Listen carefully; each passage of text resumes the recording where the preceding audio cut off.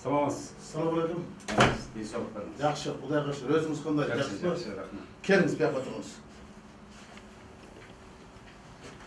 Урматтуу Рыскелди Чыныбекович, мен жер соорусу жетебиздин алтын дарбазасы Тосор айылынан келдим. Тосор жетек.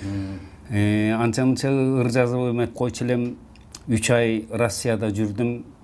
Телефонду көбүрөөк пайдаландымбы, иши кылса сиз жөнүндө жакшы ойго түшүп, түнү уктатпай ушул бир 3-4 куплет ыр менен келдим. Сизге ушул ырды чыгарып, алдыңызга мактанайын же болбосо жагынайын деген ой жок.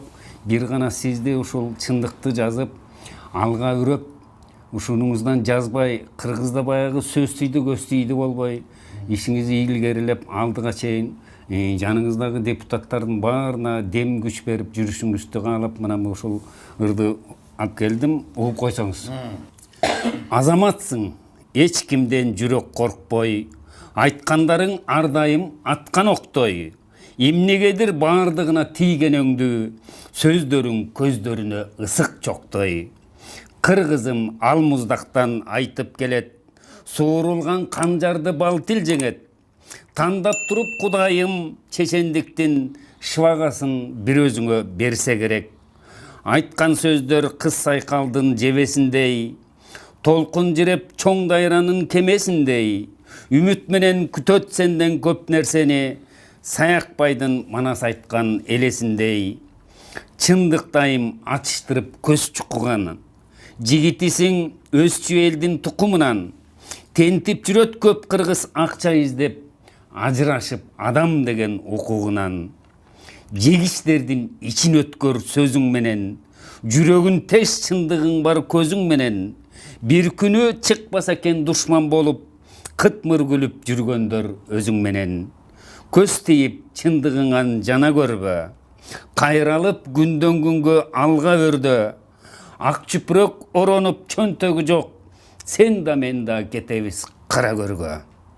Кыргызыма өзүң менен ырыс келди, козголбогон эле күлгө жылыш берди. Ташка тамга баскандай сөздөрүңдү билсе экен баркыңды кыргыз эли. Бул жерде ырдыга кошкон себебим суурулган канжарды балтыл жеңет дегеним, биздин акелер, биздин олия, даанышман, аксакал, көксакалдар эки эл каршылашып мына кыргын болордо сөзгө салып ынтымакка чакырган, эки элди бириктирген, жакшы сөзгө алып келген. Мына ошол сөздөрдүн баарына сиз татыктуусуз. Бул ыр жөн эле чыкпайт экен, жүрөктүн толтуусунан чыкты. Мен буга чейинки депутаттардын көп депутаттар менен иштештим, бирок сиздей ташка тамга баскандай сөздү багып, бекем, аткан октой айткан депутаттардан аз болчу. Жок эмес, учубуз кур эмес. Анан ушул азыркы чакырылыштын депутаттарына мен сизди чындыгын айткандай ини болсоңуз дагы амандыгыңызды тилеп ыйык тутам. Рахмат. Сиздей жигиттер, кыран жигиттер, элим, жерим деген жүрөгү менен аман эсен алданбай, бирөөлөргө чалынбай, аман эсен жүрүшүңүздү каалайм да, ишиңизге ийгилик, үй бүлөңүзгө бакубат жашоо, ушул тилден Кудай ажыратпасын дагы аман болуңуз. Чоң рахмат. Эми ушул ырды тапшырып коюга уруксат этиңиз. Ырыңыз күчтүү экен. Демиңиз да күчтүү болду. Билбейм эми. Ырга татыктуу адам күчтүү. Туура айтасыз. Анан жөн эле мындай ар бир адамга чыкпайт ыр.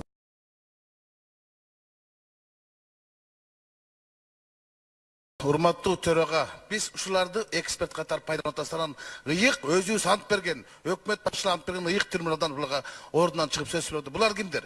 Булар эмне эксперттерби? Бул иштен кеткен. Өткөндө Кожок Жачбек Сурач менен Нурлан Өмүркулу да ыйык трибунага чыга алып, кызматынан кеткен адам ушерде эксперт болуп сүйлөп атат да. Анда комиссия эмне керек бар? Булар эксперт боло турган болсо. Комиссия корктусун талкуулаш керек да. Булар делиш керек да. Бул болбойт да. Булардын баардыгы кызматтан алынган. Мына жигит Нурлан Өмүркулу өткөндө ушерге чыга эксперт болуп атат. Анан сот коюп атыр. Мени кызматтан мыйзам салды, мен азыр компенсация алам деп. Айлыгым алам деп сот коюптур. 1 миллион бишкектиктерин баарын үшүтүп коюп, бүгүн сот коюп атат. Мен кызматтан кетпешим керек деп. Тесттин А біз саған ошондо түрбө сөз бертасыз. Будай да теттек. Мына мен туура кылган экем, тышкы мени ушул сөзүм үчүн кызматтан ал деп. Бул чектөө эмес, бул кектөө болуп атпайбы? Неге сөз бересиз ушуларга? Булар не экспертпи? Булардын эмнесин укканбыз? Жазылган, Эрлан Бекешев айтты. Расмий министр отурат.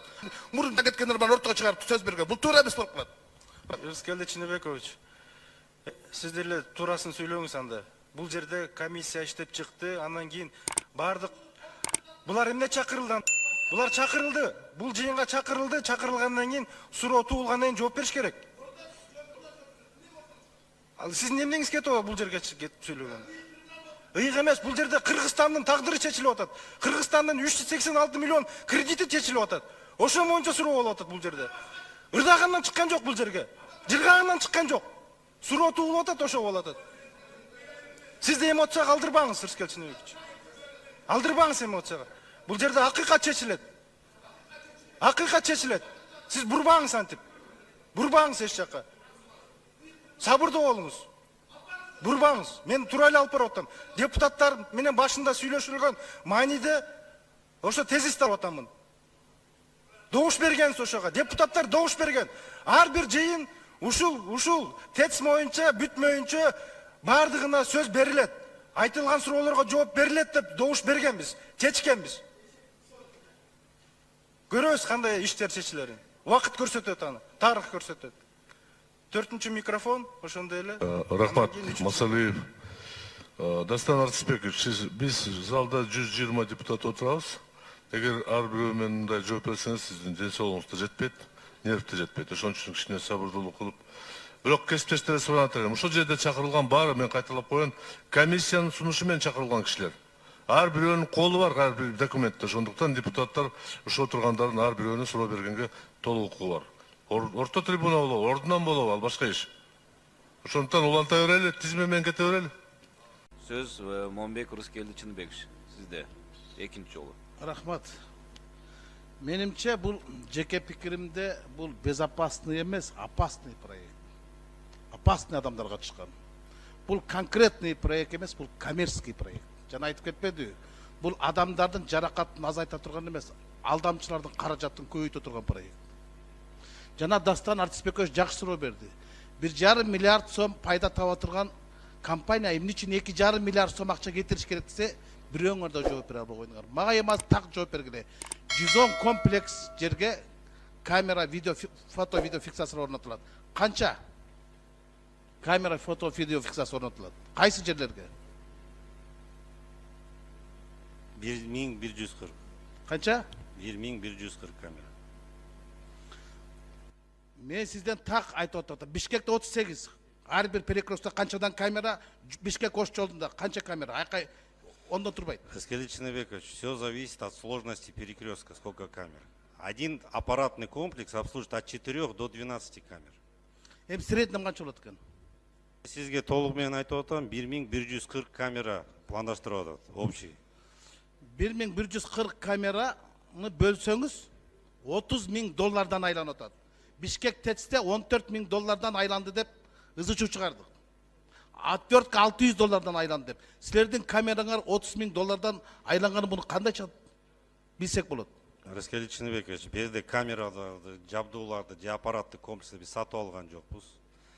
Дагы буга чейин айтылган 10,5 миллионго Мен штрафка сизден жакшы эле сатып албан, аларды вега коет. кызматтарды сатып Бирок алабыз. ошолордун кызмат сатып аласың, бирок ошодон булар 210дан алып чыгып кетип атпайбы ошолордун баасын? Ооба. Туура. Кызмат көрсөтүп салып кетет да. Туура да. Рыскелди Чыныбекович. Бирок бааланган ушундай болот. Түшүнсөңүз, ондай болуп атат да. Анан экинчи суроо. Средний штраф. Азыр жооп берип коеюн. Жооп таап алыңыз. Рыскелди Чыныбекович, мындай да. Средний штраф 700 сом деп эсептеп атабыз. 1,5 миң сомдук штраф бар, 200 сомдук штраф бар. Штрафтын түрү ар түрдүү да. Эсептеп келгенде, теони эсептегенде 700 сом түшүп атат. 211 сом ар бир штраф үчүн биз төлөйбүз тигилерге, компанияга. Ошол 30% болуп атат. Эсептеп көрүңүз, 700 сомдон 211 сом. Эми ушунун өзү кандай? Бул Куатбек биринчиси, азыр мен аягына чейин айтып берейин. Рыскелди Чыныбекович, оборудование миллиард турса дагы биз оборудование сатып алып аткан жокпуз. Биз сервисный модельдеп, биз услуганы сатып алып атабыз. Мен Ошондуктан жакшы түшүнөм. жанагы оборудованиянын баасы мынча болду деген ал эсеп кичине туура эмесирээк болуп калат.